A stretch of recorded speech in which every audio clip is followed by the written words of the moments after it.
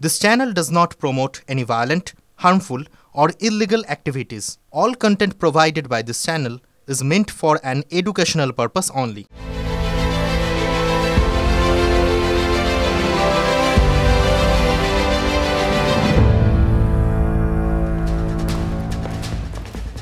নমস্কার। ঠিক রাত ৮টা বাজে, মানে এখন আপনার সময়, আর তাই আপনার হয়ে ঠোটকাটা ১ ঘন্টা থাকবে। রাজনীতি এমন বিষয় যা নিয়ে মূলত কথা বলে ঠোটকাটা, তা সম্পর্ককেও ছাড়ে না। যে কোনো সম্পর্ক বলছি না, বলছি মা মেয়ের সম্পর্কের কথা। কেন বলছি বেশ কয়েকটা উদাহরণে স্পষ্ট হবে। হ্যাট্রিকের হ্যাট্রিক মানে ৯ বার। কংগ্রেস প্রার্থী হিসেবে টানা ৬ বার জিতেছিলেন বটতলা কেন্দ্র থেকে। তারপর মানিকতলা থেকে হ্যাট্রিক তিনি সাধন পাণ্ডে। তার মৃত্যুর পর অবাক কাণ্ড, হেরে যাওয়া বিজেপি প্রার্থী মামলা করায় প্রায় ২.৫ বছর ভোটই হয়নি মানিকতলায়। সেই জট কাটতেই ভোটের বাদ্যি বেজেছে। সবাই ধরে নিয়েছিলেন প্রার্থী হচ্ছেন সাধন পাণ্ডের মেয়ে শ্রেয়া, কিন্তু তৃণমূল সুপ্রিমোর মনে ছিল অন্য কথা। তিনি প্রার্থী করে দিলেন তাঁর সহপাঠী সাধনের স্ত্রী সুপ্তিকে। চমকের এখানেই শেষ নয়। একটা বিধানসভা উপনির্বাচনের জন্য কাউন্সিলরদের সঙ্গে বৈঠক করলেন খোদ তৃণমূল সুপ্রিমো, খোদ মুখ্যমন্ত্রী। সবচেয়ে বড় চমক, অভিষেক ঘনিষ্ঠ শ্রেয়াকে নাকি প্রচারেই নামতে বারণ করা হয়েছে। পাণ্ডে বাড়িতে কি ছাপ ফেলে গেলে কালীঘাটের বন্দ্যোপাধ্যায় বাড়ির ছায়া? মা অবশ্য বলছেন ভবিষ্যৎ শ্রেয়ারই। মমতা বন্দ্যোপাধ্যায় নাকি কথা দিয়েছেন। তুমি আমার খারাপ লাগা নিয়ে কেন বলছো? আই এম আস্কিং ইউ, তুমি না চাইলে না বলতে পারো। আমি তোমাকে বললাম আমার খারাপ লাগছে না। I am so happy, I am really happy. Shreya Pandey happy এবং তিনি তার মায়ের প্রচারে থাকবেন, ঝাঁপিয়ে পড়বেন মানিকতলার জন্য কাজ করবেন। কারণ আমি শুনেছি দল বলেছে, আমি শুনিনি, মানে আমাকে বলা হয়েছে যে আমাকে মায়ের থেকে এখন একটু সরে যেতে ডিউরিং এই ইলেকশন ফেজ। কে বলেছে জানি না, সবাই বলছে। কোর কমিটিতেও হয় নিশ্চয়ই এটা আলোচনা হয়েছে, আমি শুনেছি। আমাকে কেউ ডাইরেক্টলি বলেনি তুমি তোমার মায়ের থেকে দূরে থাকো। সাধন পাণ্ডের কেন্দ্রে অসাধ্য সাধনের টাস্ক। প্রার্থী সাধনের স্ত্রী, প্রচারে থাকতে পারবেন না সাধনের মেয়ে। পসিবল মায়ের এই নির্বাচনী প্রচারটা তুমি নিজেকে সরিয়ে রাখতে পারবে? আমার মা বলেছে আমার মেয়ে আমার ডান হাত, আমার মেয়ে আমার বাঁ হাত, আমার মেয়ে আমার হৃদয়। আমিও বলছি আমি আমার মায়ের হৃদয়, আমার মায়ের ডান হাত, আমার বাঁ হাত। এই যে বললে দল যদি অ্যালাউ না করে তাহলে পারবে নিজেকে? আমি তো সাধারণ, আমি আচ্ছা একটা বলো, একটা মিছিল যাচ্ছে, একটা সাধারণ পাবলিক যাচ্ছে, যেতে পারি না আমার মায়ের মিছিলে, আমার মায়ের নমিনেশনে? আমার মা তো কালকে বলেছে আমি আমার মায়ের প্রপোজাল, তো আমি কি করে না বলি বলো? শোনা যাচ্ছিল মানিকতলায় তৃণমূলের প্রার্থী হবেন শ্রেয়া, কিন্তু প্রার্থী করা হলো মা সুপ্তিকে। শ্রেয়া প্রার্থী হওয়ার কথা ছিল, সুপ্তি হয়ে গেছেন। আবার অনেকে বলে সুপ্তির হওয়ার কথা ছিল, শ্রেয়া পাইনি বলে দুঃখ করছে। আপনাদের মনে কি এরকম? বাচ্চারা তো দুঃখ করতেই পারে, ছেলে মানুষ কত অ্যাসপিরেশন নিয়ে কাজ। আপনাদের যাদের সন্তান আছে দেখবে এটা করেছে গেলে মাত্রা রিওয়ার্ড দেবে। যাদের শিশুসুলভ মনটা থাকে, যারা অতি পরিপক্ক, তাদের এটা থাকে না। শ্রেয়ার ভেতরে একটা সোনার মতো শিশুসুলভ মন আছে। আপনি কি দুঃখিত? না, আমি দুঃখিত না। আপনি দুঃখিত নন? আর মনটা বললো সোনার মতো। সোনা জিতনা গলতা है उतना निखर के निकलता है। আরেকটা কথা বলেছেন যে আপনি সোনা কিন্তু জ্বলে জ্বলে আরো মানে ক্যারেটটা আরো বাড়ে। সোনা কি জ্বলছে? সোনা জ্বলছে না। মানিকতলার উপনির্বাচন নিয়ে আদা জল খেয়ে নেমেছেন স্বয়ং মুখ্যমন্ত্রী। কাউন্সিলরদের নিয়েও বৈঠক করেছেন। একটা বিধানসভা কেন্দ্রকে নিয়ে কোর কমিটি গঠন, কাউন্সিলরদের নিয়ে বসছেন রাজ্যের মুখ্যমন্ত্রী। এই ঘটনাটা তো একটা আনপ্রেসিডেন্টেড, অভূতপূর্ব। না, এটাকে একটা পরিবারের মধ্যে আন্তরিকতার পরিচয় হিসেবেই দেখা উচিত। এখানেও চলে আসছে সেই মমতা আর অভিষেক বন্দ্যোপাধ্যায়ের টক্করের কথা। শ্রেয়া অভিষেকের খুব কাছের, আর সুপ্তি মুখ্যমন্ত্রীর সহপাঠী। এই আপনার প্রার্থীপদ না শ্রেয়ার প্রার্থীপদ নিয়ে নাকি মমতা ব্যানার্জি অভিষেক ব্যানার্জির মধ্যে দ্বন্দ্ব লেগে গেছে। বিতর্কিত মন্তব্য ভাই এখনই করবো না। মমতা অভিষেক ভীষণ ক্লোজ, ওদের মধ্যেও এই আমার শ্রেয়ার মতন একটা ক্র্যাক লাগাবার। হ্যাঁ, অভিষেকের খুব প্রিয় পাত্রী শ্রেয়া, ভীষণ ভালোবাসে। অভিষেক আমার হৃদয় জুড়ে আছে, আমার মন জুড়ে আছে, আমার লিডার। আমি ওকে ভালোবাসি, আমি ওকে শ্রদ্ধা করি, আমি ওকে রেসপেক্ট করি। ও আমার থেকে বয়সে একটু ছোট, কিন্তু ও কাজে অনেক বড়। আর মমতার ভালোবাসা বেশিরভাগটাই আমার দিকে গেছে। সে কী করবো, আমার সৌভাগ্য কি দুর্ভাগ্য জানি না। মমতা বন্দ্যোপাধ্যায় সিএম, উনি আমার মার ছোটোবেলাকার বন্ধু এবং ওনার প্রথম দিনের প্রার্থী আমার মা এবং শেষ দিনেরও প্রার্থী আমার মা। তো সেটা নিয়ে কোনো আমাদের মনে ডাউট নেই। অভিষেক শ্রেয়ার এই কাজগুলো জানে, হয়তো মাননীয় মুখ্যমন্ত্রীর কাছে কাজগুলো পৌঁছয়নি, শ্রেয়া কিছু পৌঁছতে চায়নি, নীরবে করেছে। কোনো অ্যাসপিরেশন ছিল না, আমাকে তো বলা হয়েছে যে আমি কোনো কাজ করিনি, আমি হয়তো কোনোভাবেই অ্যাভেলেবেল ছিলাম না। তো আমি সেটাই মেনে নিচ্ছি যে আমি মানিকতলার জন্য কোনো কাজ করিনি বা আমি মানিকতলায় কোনো কাজে ইনভলভ ছিলাম না। মমতা বন্দ্যোপাধ্যায় সিএম, উনি আমার মাথার উপর আছেন। আমাকে বলা হয়েছে যে আমি হয়তো মানিকতলায় কোনো কাজ করিনি বা আমাকে হয়তো মুখ্যমন্ত্রী আমার কাজের বিষয়ে কিছুই জানেন না। তো আমি সেটা মেনে নিলাম। একটা ছোট ক্ষুদ্র কর্মী কোথায় কি কাজ করছে, চিফ মিনিস্টারের খেয়ে দিয়ে কাজ নেই, সে দেখছে যে শ্রেয়া কোথায় কি করছে। আমার কাজ না জানা এটাই মানে স্বাভাবিক। পান্ডে বাড়িতে কি অশান্তির মেঘ? समझदारों के लिए इशारा ही काफी है। মেয়ে না হলে মা, এই ব্যাপারটা ব্যক্তিগতই থাক। মারা দেখো সবসময় চায় আমার মেয়ের যোগ্যতা যখন আছে, তার পোটেনশিয়াল আছে, তার সে আগে এগিয়ে যাক। কিন্তু এটাও ঠিক, দলের সুপ্রিমোকে অগ্রাহ্য করে আমরা কিছু করতে পারি না। তবে আগামী দিন শ্রেয়ারই, সে কথার হিন্টস মমতা দিয়েছেন, তাই তো?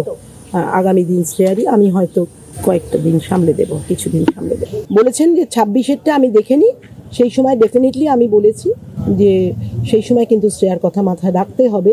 কারণ তো মমতা বলেছে ডেফিনেটলি আমি সব ইয়াংদেরই সুযোগ দেব। অনেক আমার কাছে এক ঝাঁক ইয়াং আছে। বলেছিলাম রাজনীতি এমন বিষয় যা মা মেয়েকেও ছাড়ে না। এবার শোনাবো আর এক মেয়ের কথা। কেউ বোধহয় স্বপ্নেও ভাবতে পারেননি বাগদা কেন্দ্রে তৃণমূলের প্রার্থী হবেন মধুপর্ণা ঠাকুর। রাজ্য রাজনীতির মানচিত্রে একেবারে আনকোড়া একটা নাম হঠাৎ ভেসে উঠল আজ সকালে। রাজ্যসভার এমপি মমতা বালা ঠাকুরের মেয়ে মধুপর্ণা ঠাকুর, মানে ঠাকুরনগর মতুয়া বাড়ির আরও এক মুখ রাজনীতিতে পা রাখলেন। 2021-এ বিজেপির টিকিটে জেতা বিশ্বজিৎ দাস এখন তৃণমূলে। লোকসভা ভোটে প্রার্থী ছিলেন, তবে হেরেছেন। রায়গঞ্জে কৃষ্ণকল্যাণী, রানাঘাট দক্ষিণে মুকুটমণি অধিকারী প্রার্থী হলেও বাগদায় বিশ্বজিৎকে প্রার্থী করেনি তৃণমূল। বিশ্বজিৎ অবশ্য বলছেন তিনি প্রার্থী হতে চাননি, সংগঠনে জোর দিতে চান, এই কেন্দ্রটা জিতে উপহার দিতে চান তৃণমূল সুপ্রিমো আর সেনাপতিকে। মধুপর্ণাকে প্রার্থী করতে নাকি তিনিই বলেছিলেন। বাগদা বিধানসভার উপনির্বাচনে প্রার্থী হয়েছেন তৃণমূল কংগ্রেসের তরফে মধুপর্ণা ঠাকুর। মধুপর্ণা ঠাকুর দীর্ঘদিন ধরে একটা আন্দোলন করছিলেন। এই যে অনশন করা, এই যে এই ঘরে তালাবন্ধ অবস্থায় পড়ে থাকা, শান্তনু ঠাকুরের তালা দিয়ে দেওয়া, এই আন্দোলনটা কি কোথাও গিয়ে প্রার্থী হওয়ার ক্ষেত্রে এগিয়ে রেখেছিল? একদমই না। আমাদের যেটা অনশন হয়েছিল ওটা আমার অধিকারের লড়াই ছিল, সেটা হচ্ছে আলাদা ম্যাটার, ফ্যামিলি ম্যাটার আমাদের। আর এটা যেটা হয়েছে প্রার্থী, সেটা হচ্ছে পলিটিক্যাল ম্যাটার, এর সাথে এটার কোনো রিলেশন নেই। দলীয় বেশ কিছু অন্তর্কোন্দল আছে, যেটা বিশেষ করে বিশ্বজিৎ দাস, সেও কিন্তু বাগদার জন্য দাবিদার ছিল। সেই জায়গা থেকে যদি লক্ষ্য করা যায় তাহলে বিশ্বজিৎ দাস ওখানকার দাবিদার ছিল, কিন্তু আপনি টিকিট পেলেন। ফলে বিশ্বজিৎ দাসের সঙ্গে কি কোনো রকম কথা হয়েছে, তার কি সাপোর্ট পাবেন? আমি তো শুনেছি কি বিশ্বজিৎ দাস উনি মানে ওই দাদা উনি নিজেই বলেছে কি মধুপর্ণা ঠাকুর মানে আমার মাকে বলেছে কি আপনার মেয়েকে টিকিট দিতে। তাহলে ও কি করে হতে পারে? এটা কোনো প্রবলেম না আমাদের। এটা নিয়ে দল আমাকে বারংবারই বলেছে যে ক্যান্ডিডেট হবার জন্য, কিন্তু আমি এখানে সংগঠনের দায়িত্বে আছি, অথবা আমার দায়বদ্ধতা অনেক বেশি এই সিটটাকে দলকে উপহার দেওয়ার। সবে লোকসভা নির্বাচন থেকে উঠেছে এবং সবাইকে সুযোগ দিতে হয়। এবং বিশ্বজিৎ আজকে নিজেই আমাকে ও বলেছিল যে আমি এটা করি, আমি আমাদের মেয়ের জন্য আমরা কথা বলছি, মানে মধুপর্ণা ঠাকুরের জন্য। এটা মানে আজকে যদি সত্যি সত্যি আমি সব থেকে বেশি খুশি হতাম যদি তৃণমূল কংগ্রেসের কর্মীকে দিত, তাহলে আমি খুশি হতাম। এবং সেখানে আজকে দিয়েছে যখন, সেটাকে আমাকে সকলে মিলে এবং বাগদার মানুষ খুব খুশি। প্রার্থী মধুপর্ণার মা এমপি মমতা বালা বলছেন খুশি হতেন কোনো তৃণমূল কর্মী প্রার্থী হলে, মানে তার মেয়ে যে দলের কাজ করতেন না স্পষ্ট করে দিলেন মাই। আন্দোলনের অভিজ্ঞতা বলতে পারিবারিক ঝামেলায় অনশনে বসা। রাজনীতির কোনো অভিজ্ঞতা নেই। এমপির মেয়ে, শুধু এই পরিচয়ই প্রার্থী মধুপর্ণা।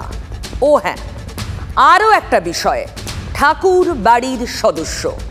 সোজা সাপটা পরিবারতন্ত্র। একজন বিশেষ নাম কি এর পরিবার, ওর পরিবার থেকে এগুলো হয়, ফলে তাতে সাধারণ মানুষের খুব লাভের লাভ তো হয় না। এরকম কেউ নির্বাচিত হন যিনি সাধারণ মানুষের দাবি দেওয়া নিয়ে লড়াই করবেন। ওখানে রাস্তাঘাট, ওখানে ব্রিজ, ওখানে হাসপাতাল, ওখানে পড়াশোনার সুযোগ, এইগুলো নিয়ে লড়াই হোক, এটাই আমরা চাই। মাস্টার স্ট্রোক কি ব্রেন স্ট্রোক আমি কি করে বলি? তাদের দল তাদের যাকে ইচ্ছে পার্টিতে ভোটে দাঁড় করাতে পারে, সেটা তাদের ব্যাপার। ইউসুফ পাঠানকে দিয়েছে মাস্টার স্ট্রোক, এবার জনগণের ওখানে ব্রেন স্ট্রোক হবে। হ্যাঁ, তো সেটা তারা বুঝবে। মা না মেয়ে, অঙ্ক কষে মা আর মেয়ের মধ্যে বেছে নেওয়া হয়েছে মাকে। বেছেছেন নাকি স্বয়ং তৃণমূল সুপ্রিমো। শুরুতেই দেখালাম মানিকতলার প্রার্থী করে।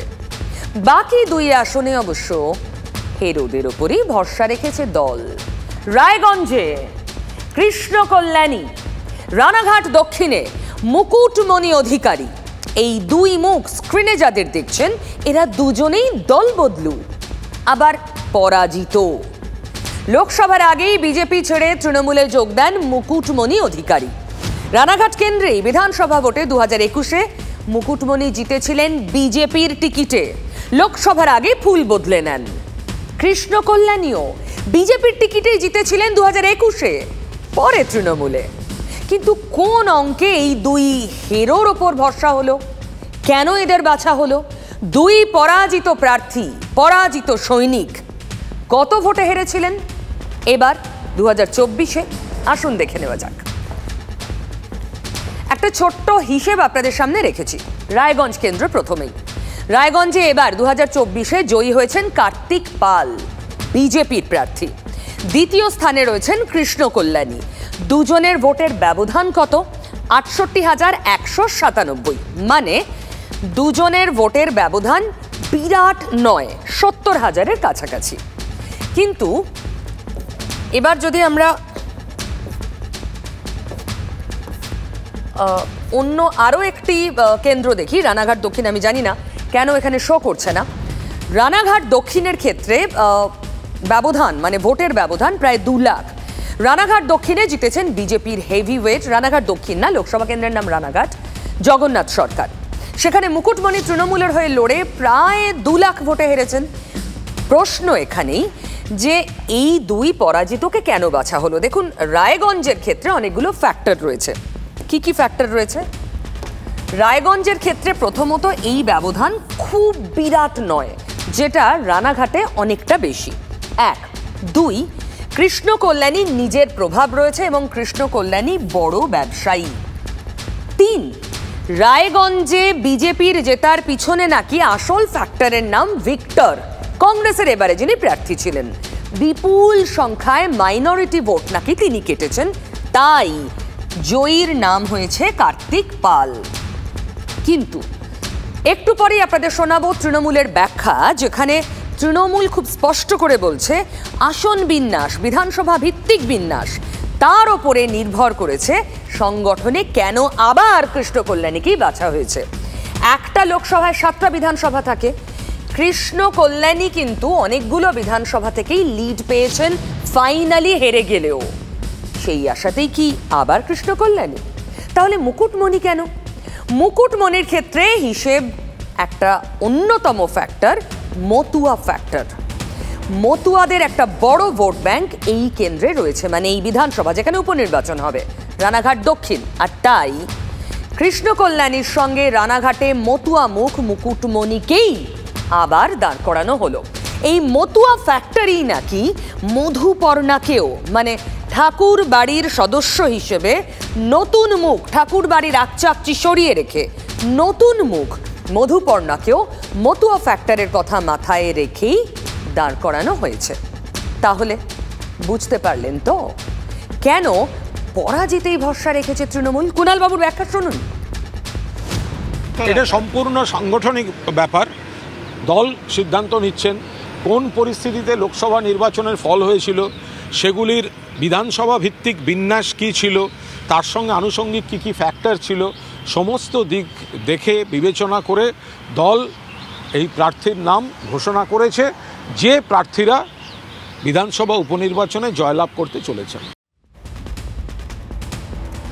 এবার আসি ক্ষমার কথায়, কারণ ক্ষমা পরম ধর্ম। ছোটবেলা থেকে শিখেছি আমরা। রাজীব গান্ধীর আততায়ীদের ক্ষমা করে দিয়েছিলেন সোনিয়া গান্ধী। তার মাথায় লাঠি মারা লালু আলমকে ক্ষমা করে দিয়েছেন মমতা ব্যানার্জি। ক্ষমা চাওয়া সেটাও একটা মানসিক সুস্থতার লক্ষণ। আফ্রিকা কবিতায় রবীন্দ্রনাথ লিখেছিলেন, হিংস্র প্রলাপের মধ্যে সভ্যতার শেষ পুণ্যবাণী হোক ক্ষমা করো। ইদানিং সহকর্মীদের নানা কাজকর্মের জন্য ক্ষমা চাইতে হয়েছে মুখ্যমন্ত্রীকেও, কখনো নবান্নে, কখনো ভোট প্রচারে। মাননীয় রাষ্ট্রপতিকে আমরা সকলে শ্রদ্ধা করি, সম্মান করি, এবং she is a respected, highly respected lady. তার সম্বন্ধে অখিলের এই মন্তব্য করাটা ঠিক হয়নি। I am really sorry for that, I apologize. আমরা কর্মীদের যথাযোগ্য সম্মান করি। যদি কেউ তার বক্তব্যে ঘুরিয়ে বলার জন্য অথবা তার মুখ ফসকে বেরিয়ে যাওয়ার জন্য যদি কোনো কথা বেরোয়, তাতে যদি মাহাতোরা দুঃখ পেয়ে থাকে, আমি নিজে ক্ষমা চেয়ে নিচ্ছি। আমি আপনাদের সকলের কাছে আমার মাথা নত করে আমি এই ঘটনার জন্য ক্ষমা চাইছি। প্রথমেই আপনাদের কাছে আমি ক্ষমা চেয়ে নিচ্ছি এই কারণে, কারণ ভুল ত্রুটি যদি কেউ করে এবং তাতে যদি দলের কোনো অভিমান হয়, আমি মনে করি মানুষই আমাদের সবচেয়ে বড় জনার্দন। তাই মানুষের কাছে এটা ভুল স্বীকার করা উচিত। ক্ষমা চাওয়া অবশ্য অনেক রকমের হয়। কেউ সত্যি সত্যি অনুতপ্ত হয়েই ক্ষমা চান, কেউ আবার সিচুয়েশন ম্যানেজ করতে ক্ষমা চেয়ে নেন, মানে লোক দেখানো ক্ষমা চাওয়া। গত কয়েকদিনের মধ্যে 3 জনকে ক্ষমা চাইতে দেখেছি আমরা। 3 জন। আবাসনে অটো ঢুকিয়ে দেওয়া মুখ্যমন্ত্রীর নির্দেশে গিয়ে ক্ষমা চেয়ে এসেছেন কুণাল ঘোষ। এমএলএ সোহম চক্রবর্তী রেস্তোরাঁ মালিককে ঘুষি লাথি মেরে ক্ষমা চেয়েছেন। আর এমপি অভিনেতা দেবকে খোঁচা মেরে ক্ষমা চেয়েছেন প্রবীণ মদন মিত্র। সেদিন উল্টোডাঙ্গার আবাসনে মিছিল করে অটোর দাপাদাপি কেন? এই এলাকায় বুথগুলো থেকে তৃণমূল ভোটে লিড পায়নি তাই? এটাতে আমিও ব্যক্তিগতভাবে সমর্থন করি না, দলও সমর্থন করে না। তারপর তো শনিবার কালীঘাটের বৈঠকেও ক্ষোভ গোপন করেননি মমতা ব্যানার্জি। তৃণমূলের নবনির্বাচিত সাংসদদের নিয়ে তিনি যে বৈঠক করেছেন, সেখানে কলকাতা উত্তরের সাংসদ সুদীপ বন্দ্যোপাধ্যায়কে নির্দেশ দিয়েছেন এই আবাসনের বাসিন্দাদের কাছে গিয়ে ক্ষমা চাওয়ার। মাঠে নেমে পড়লেন কুণাল ঘোষরা। এসছে যে এখানে একটা আবাসিকদের মধ্যে একটা বিরূপ প্রতিক্রিয়া হয়েছে বা অনেকে বিরক্ত হয়েছে। আপনাকে যেরকম মুখ্যমন্ত্রী দায়িত্ব দিয়ে পাঠিয়েছেন, আপনিও সেই বার্তাটা ওনাকে দেবেন যে আমাদের আবাসনের তরফ থেকে যারা বিরক্ত হয়েছেন আমরা তাদের কাছে ক্ষমা চেয়ে নিচ্ছি। এই কালচারটা মমতা ব্যানার্জিরই কালচার। তিনি এইটা করিয়েছেন এবং করে শিক্ষা দিয়ে পরে আবার নিজের ইমেজ সেভ করার জন্য, যেহেতু কলকাতার মতো জায়গায় ঘটেছে, আপনাদের ইলেকট্রনিক্স মিডিয়া এটাকে ধরে ফেলেছেন। শুরুটা হয়েছিল এই সেদিন সেই রেস্তোরাঁয়। সেই ধাক্কাতেই তো রাজনীতির ধাক্কাধাক্কি শুরু হলো। সময় ভালো বন্ধু, কিন্তু বন্ধু বলে সবটা যে ভালো তা নয়। আমার যেদিন আমি শুনেছি সেদিন ওকে ফোন করে যা বলার আমি বলেছি, এবং আজকে আমি প্রেসের সামনে বলছি কিনা এটা হওয়া উচিত নয়। আমার মনে হয় কি সোহমের ক্ষমা চাওয়া উচিত। হ্যাঁ, সাংসদ মানে সেলিব্রিটি সাংসদ, সিনেমার সাংসদ, সিনেমার হিরো হিসেবে সাংসদ। আরে তুমি বলো, যদি দেব সিনেমা না করতো, দেব কি সাংসদের নমিনেশন দেবে? এই ঘটনাটা করে ফেলেছে, আমরা সবাই বলছি যে ওর উচিত ক্ষমা চাওয়া। আমরা বোধহয় ভুলে গেছি ও কিন্তু সঙ্গে সঙ্গেই ক্ষমা চেয়েছে। কি করবে, দণ্ডি কাটবে?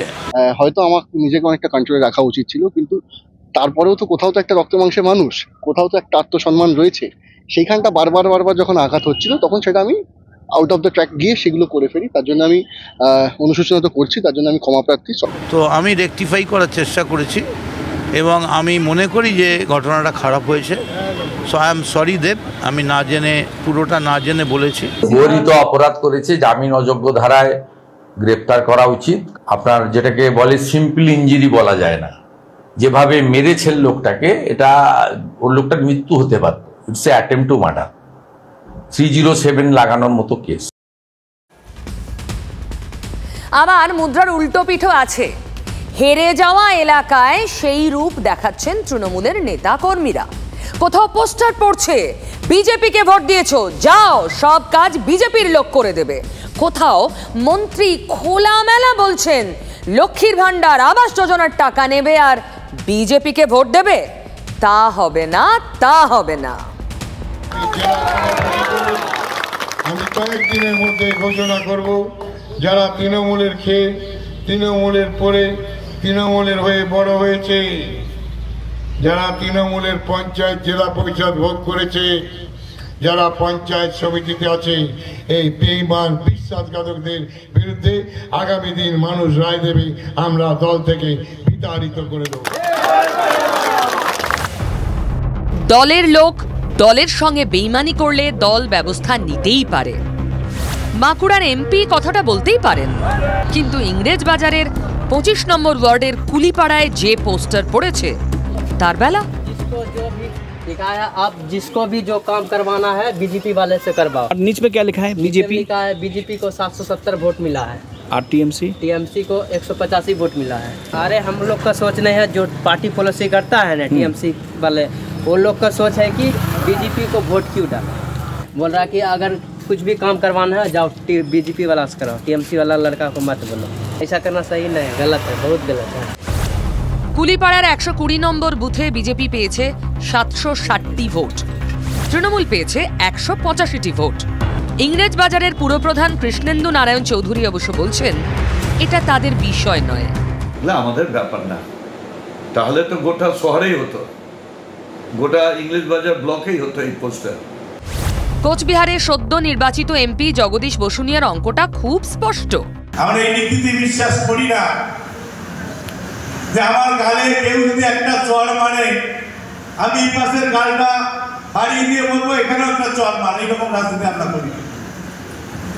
কেউ যদি আমাকে একটা চড় মারতে আসে, আমাকে 10টা চড় মারার মতো মানুষ সবদিক তৈরি থাকতে হবে। জগদীশের পাশে বসে ঘড়ি দেখছিলেন উদয়ন গুহ। তাঁর বলার পালা এলেই ছক্কার পর ছক্কা। জনপ্রতিনিধিদের হাতে কিছুমাত্র ক্ষমতা দেওয়া হোক, যাতে আমরা দেশের অন্ততপক্ষে এটা রাখতে পারি যে কার লক্ষ্মীর ভান্ডারের প্রয়োজন আছে, কে লক্ষ্মীর ভান্ডার নিয়ে এই কথা বলেন যে কার বাবার টাকা দিন, তাদের একটা দেখিয়ে দিতে চাই কার বাবার টাকা। যারা মাথার উপর ছাপ দেবে, পেটে ভাত দেবে আর ভোট দেওয়ার সময় পদ্মফুলে ছাপ দেবে, তাদের ব্যাপারে শাসক দলকে ভোট না দিলে সরকারি প্রকল্পের সাহায্য পাওয়া যাবে না, হুমকি দিয়ে যাচ্ছেন তৃণমূল নেতারা। এটা কি গণতান্ত্রিক?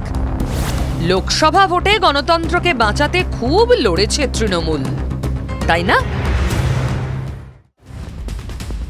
আচ্ছা, আসল তৃণমূল কোনটা? ক্ষমা চাওয়া তৃণমূল না হুমকি দেওয়া তৃণমূল? আপনার কোনটা মনে হচ্ছে? তৃণমূল কি লোক দেখানো ক্ষমা চাইছে? এই যে কুণাল ঘোষ আবাসনে গিয়ে হাত জোড় করে ক্ষমা চেয়েছেন, ক্ষমা চাইলেন, আমরা দেখলাম ভাইরাল সে ভিডিও। তিনি খেজুরির মাঠে দাঁড়িয়ে বলছেন আর কতদিন চৈতন্যদেব হয়ে থাকবো। সঙ্গত করলেন কেশপুরের এমএলএ শিউলি সাহাও। মানে তৃণমূলের থিম টোন এখন সরকারের প্রকল্পের সুবিধা নাও, তৃণমূলকে ভোট দাও। ভোট না দিলে সরকারি প্রকল্পের লিস্ট থেকে নাম খেচান।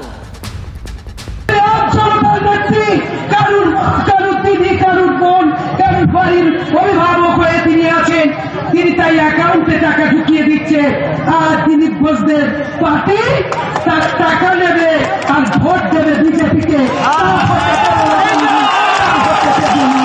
মানুষের সেবা করি বলে আমার অধিকার আছে, মানুষের কাছে প্রত্যাশা করার, মানুষের কাছে ভোট চাওয়ার। তাই আমি কথা বললাম। শুনলেন, লিস্ট বানাবেন বেছে বেছে কারা তৃণমূলকে ভোট দিয়েছে আর কারা বিজেপিকে ভোট দিয়েছে। সেই তালিকার একটা থাকবে পুলিশের কাছে, কেন? আর একটা থাকবে দলের কর্মী, বিধায়ক, নেতাদের কাছে, কেন? যাতে বাছাই করে প্রকল্পের সুবিধা দেওয়া বা না দেওয়ার সিদ্ধান্ত নেওয়া যায়। কেন? কুণাল ঘোষ হাত জোড় করে ক্ষমা চাইলেন, যিনি যে ছবি হাঁ করে দেখলো বাংলা, তৃণমূল ক্ষমার ট্রেন্ড সেট করলো, সেই কুণাল ঘোষ খেজুরিতে গিয়ে উল্টো। লিস্ট তৈরি রাখুন, খেজুরি 1 খেজুরি টিকা বলছি, লিস্ট তৈরি রাখুন।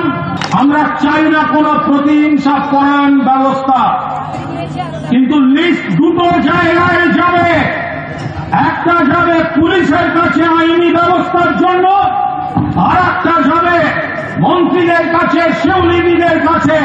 এই রইল লিস্ট। যদি লাগাম ছাড়া অসভ্যতা হয়, এই ঠিকানাগুলোতে যেন সরকারের কোন স্কিম গিয়ে না পৌঁছয়, এই দায়িত্ব নিতে হবে আপনাদের। কতদিন চৈতন্যদেব সেজে